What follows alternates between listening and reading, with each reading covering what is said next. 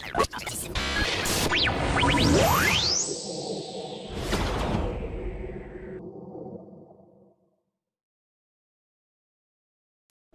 Barack Hussein Obama, do solemnly swear. I, Barack Hussein Obama, do solemnly swear. That I will faithfully execute. That I will faithfully execute. The office of President of the United States. The office of President of the United States. And will to the United States. And will to the President of the United States. And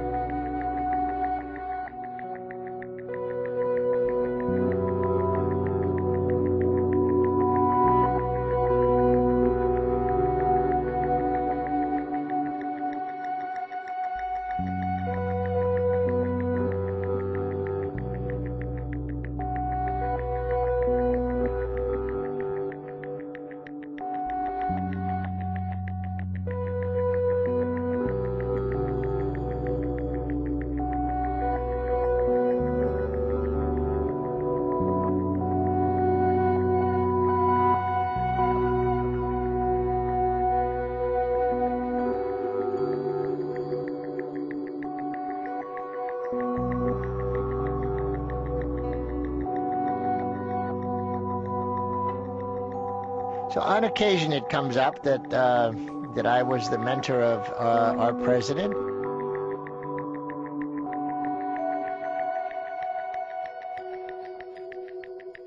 It's only on occasion we get to interact with him. Well, an occasion is fine, isn't it?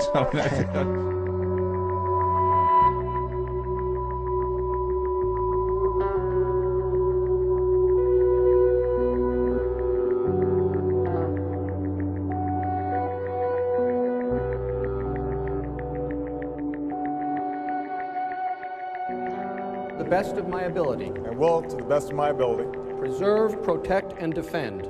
Preserve, protect, and defend. The Constitution of the United States. The Constitution of the United States. So help you God. So help me God. The Obama administration is all in their nonstop effort to retain the power to send U.S. citizens to military prisons. And why do you think it is that the Obama administration is so adamant about keeping this controversial provision in place? I really can't speak to the motivation. All I can say is that on civil liberties issues, this president has been even more aggressive in eroding American civil liberties than George W. Bush. And it's really an unfortunate turn in our democracy. This has been occurring since 9/11, but the Obama administration has gone full in for drones. They've gone full in for targeted assassinations, including of American citizens. They've gone full in for warrantless wiretapping, and now they've gone full in for the right to detain American citizens in military prisons, thus circumventing our democracy and our judicial system. Why the president is doing this, when he ought to know better as a constitutional law professor.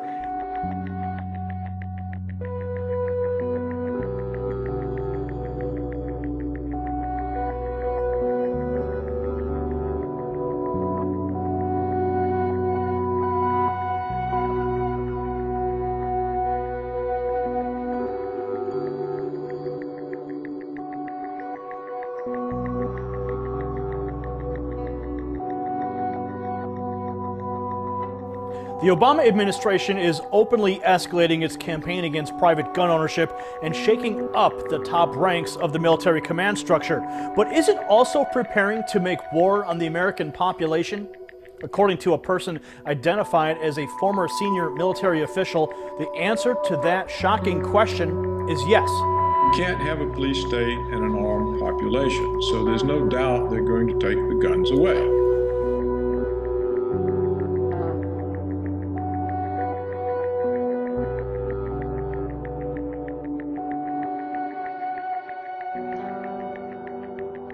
Well, a federal judge in the U.S. has ruled Washington cannot indefinitely detain Americans suspected of having terrorist ties unless they have been found in connection with the September 11th attacks. It comes just 6 months after President Obama signed the National Defense Authorization Act, which would have allowed American citizens to be held without trial or charge. The judge initially ruled the act was unconstitutional last month, but the Obama administration asked her to reconsider the ruling.